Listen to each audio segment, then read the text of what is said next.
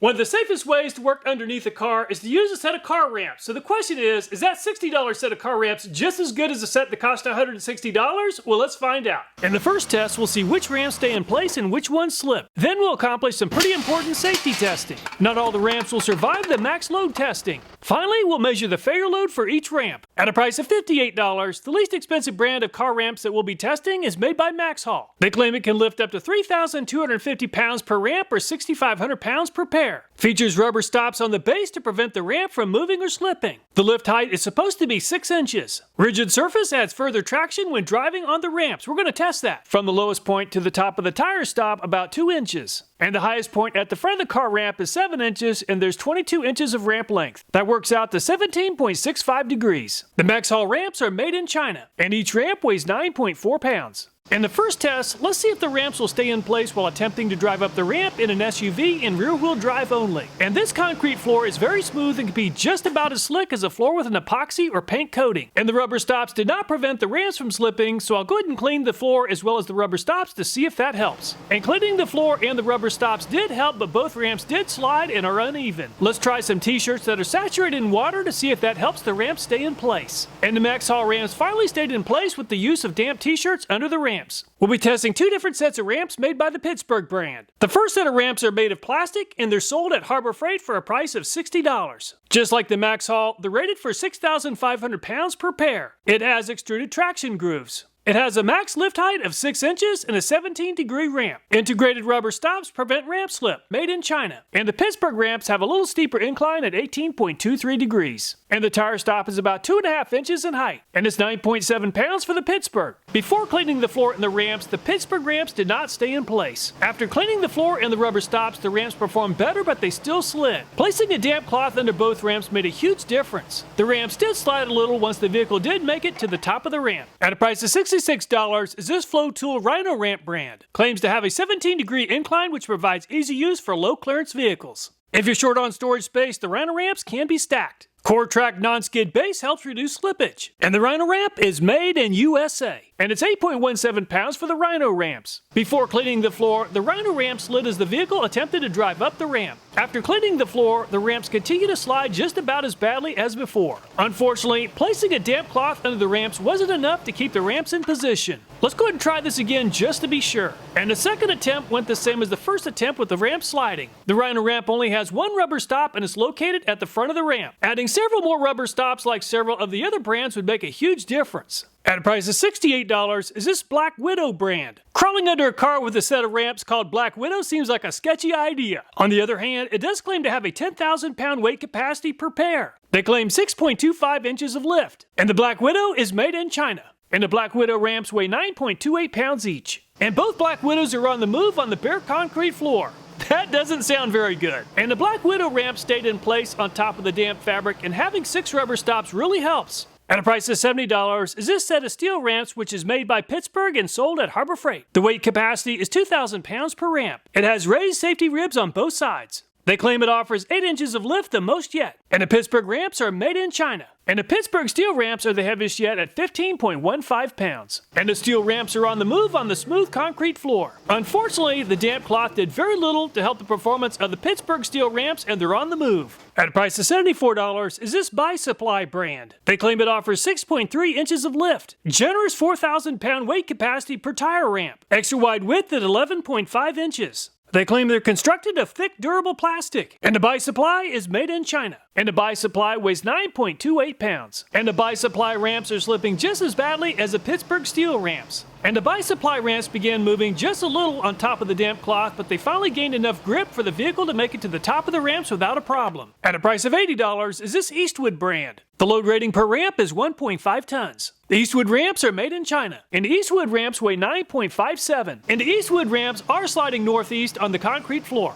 And the Eastwood ramp slid just a little on top of the damp cloth, and then they gained a good grip. At a price of $89 is this M Auto brand. It claims to offer a 2-stage incline. The capacity for both ramps is 2.5 tons or 5,000 pounds. It claims to offer a 17-degree incline. The M-Auto ramps are made in China, and the M-Auto weighs 8.5 pounds. And the M-Auto ramps are on the move on the concrete floor. With only one rubber stop underneath the M-Auto, the ramps continue sliding on top of the damp cloth. And the vehicle made a little more progress climbing the ramp on the second attempt, but the ramp still slid out from underneath the front tire. At a price of $99, is this Peterson brand. Unlike most of the other ramps, the Peterson ramps are made of steel. They claim to have a 2,000-pound capacity per ramp. The ramps have a maximum lift of 8 inches. They claim it has a durable black powder-coated finish. And the Peterson ramps are made in USA. And it's 14.42 pounds for the Peterson ramp. And the Peterson brand steel ramps are on the move. And the damp fabric just didn't provide much traction for the steel ramps, and they're on the move. At a price of $100 is this Liyumm brand. They claim a 3-ton capacity and 8.5 inches of lift. Made of high-quality plastic, which is durable and wear-resistant. Non-slip surface and raised edges ensure safe and secure driving experience. The Liyumm ramps are made in China, and the Liyumm ramps weigh 9.38 pounds each. And the Liyumm ramps are slipping just as badly as the other plastic ramps. And the wet cloth underneath the ramps really added a lot of traction, and the vehicle made it to the top of the ramps. At a price of $160 is this Vowagh brand. For $160 you're getting a set of hydraulic car ramps. A 5-ton hydraulic jack is built into each ramp.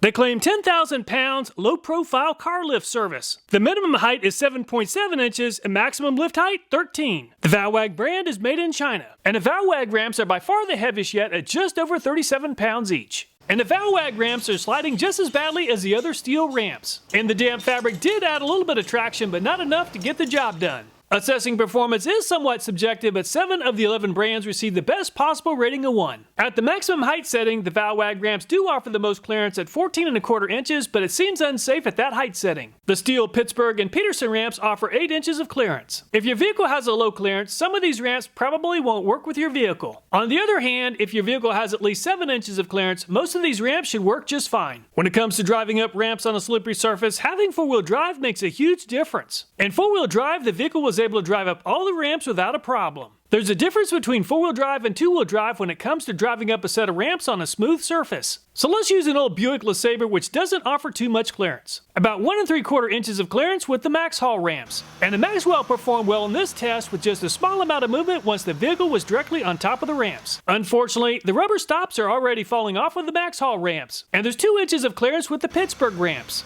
And the Pittsburgh ramps performed very well and stayed in position during the ascent and the descent of the old Buick Battle Axe. About 2 inches of clearance with the Rhino ramps. And it's very important to avoid applying the brakes while climbing the ramps, especially with a front-wheel drive vehicle. I did not use the brakes.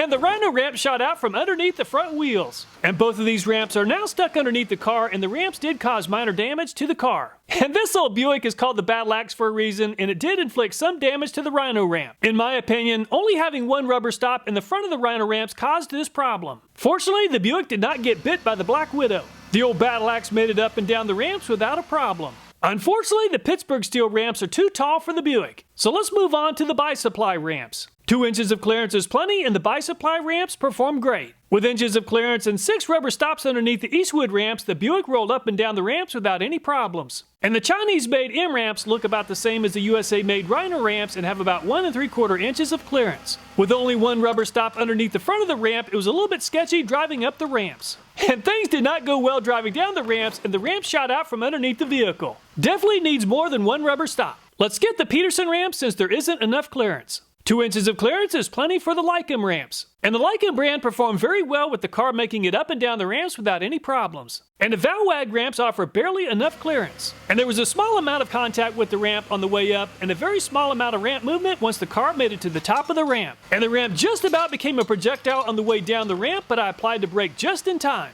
Assessing ramp performance on a smooth concrete surface in a front-wheel drive vehicle is highly subjective, but most of the ramps receive the best possible rating of 1. All of the vehicle ramps include a hump or an elevated area at the front and rear side of the tire at the top of the ramp to prevent the vehicle from rolling off the ramp. It's very important to use the emergency brake and put the vehicle in gear when using car ramps. But let's see what happens if you accidentally forget to do that. If the vehicle is left out of gear and the parking brake is not set, it takes 338 pounds of force for the vehicle to roll off the MaxxHaul ramps, which is pretty good. And the Pittsburgh ramps don't have much of a hump behind the front tires, and it only took 175 pounds for the vehicle to run away. And the Rhino ramp offers a little bit better protection than the Pittsburgh at just about 215 pounds. And the Black Widow ramps look about the same as the Pittsburgh plastic ramps, and they perform very close to the same at just over 173 pounds. And the Pittsburgh steel ramps have a concave space for the tires to rest in, and the Pittsburgh moves into second place at 240.5 pounds. And the BiSupply doesn't have much of a hump, and the vehicle experienced Runaway at 163.8 pounds. And the Eastwood ramps look almost the same as the BiSupply, and it performed almost the same at 168 pounds. And the M-Auto offers a little bit better runaway protection than most of the other brands at 196.3 pounds. And the old Ford Ranger is heading down to Peterson ramps at around 129 pounds of force, the least amount of force yet. And there's just not much of a hump on the Liyumm ramps, and the vehicle is rolling away at just over 172 pounds. And the steel bar that's located just behind the wheel should really help keep the vehicle from rolling away. And the Vowagh ramps just moved into the lead at almost 368 pounds. So the Vowagh ramps came out on top at 367.7 pounds. MaxxHaul finished in second place at 338.5 and Pittsburgh steel ramps 240.5 pounds. And the design of the Vowagh ramps looks pretty sketchy. This old Ford Ranger pickup is pretty light, so let's go ahead and lift it to the highest possible position and then rock the vehicle from side to side. And Snap, Crackle, and Pop is just fine for those Rice Krispies, but not for car ramps. I'm glad we didn't try this with the maximum weight rating of 10,000 pounds. Unfortunately, the ramp looks bent and it won't lower. I'll go ahead and see if I can lower the other side. Fortunately, when I lowered the driver's side, the passenger side also freed up and it began to lower. Let's go the other direction with the vehicle and compare the performance of the ramps. At around 500 pounds of force, the MaxxHaul ramps began lifting off the ground. And it took just over 673 pounds to achieve tip over, which is pretty good. And the Pittsburgh ramps have a taller tire stop than the MaxxHaul, and that really helped. And 752 pounds is about 75 pounds better than the MaxxHaul. And one of the two Rhino ramps slid and the other one kicked out from underneath the vehicle at 766 pounds, the most yet. And the Black Widow ramps flew out from underneath the front tires with just over 678 pounds of force, which is pretty good. And the Pittsburgh ramps also performed well without kicking out. And 727 pounds is quite a bit of force. And the BiSupply ramps look a lot like the Pittsburgh ramps, and they perform like them too at around 705 pounds when the ramps kicked out from underneath the front wheels. And the Eastwood ramps look a lot like the BiSupply ramps, and they perform very close to the same at almost 691 pounds of force. And the M-Auto ramps look a lot like the Rhino ramps, but they perform by far the best yet at 899 pounds before tipping up and kicking out. And the Peterson brand steel ramps held back the Ford Ranger for a while, but finally gave up at 683.2 pounds. The ramps did a great job of staying in place. And the Liyumm ramps look a lot like the Eastwood ramps, and they performed a little bit better at 726.4 pounds. And the Vowagh ramps look very stable, but they're quite a bit taller than most of the other brands. And it's over for the Vowagh ramps at 703 pounds. So the M-Auto came out on top at 899 pounds. Rhino ramps finished in second place at 766.1 and Pittsburgh plastic ramps third at 752. And the front half of this tractor is pretty heavy at around 7,750 pounds, which is over the weight limit for most of the ramps. And the MaxxHaul ramps are rated for 6,500 pounds and they handle around 7,750 pounds just fine. And the Harbor Freight Pittsburgh ramps are also rated for 6,500 pounds and they held up just fine. And the Rhino ramps are rated for 6,000 pounds for the pair, and 7,750 pounds of weight is just a little too much. And the Rhino ramp did experience a crack in the plastic, but fortunately it did not collapse. And the Black Widow's 10,000 pound rating may seem way too high for plastic ramps, but the ramps held up great under the 7,750 pound load. And the Harbor Freight Pittsburgh steel ramps are only rated for 2,000 pounds each. And both of the ramps held up just fine without any damage. And the BiSupply ramps are rated for 4,000 pounds each. And one of the BiSupply ramps experienced a small amount of damage, but it did not collapse. And the Eastwood ramps are only rated for 3,000 pounds each, and they held up better than the BiSupply ramps. One of the Eastwood ramps began to bend, but it did not crack. And the M-Auto ramps are only rated for 2,500 pounds each.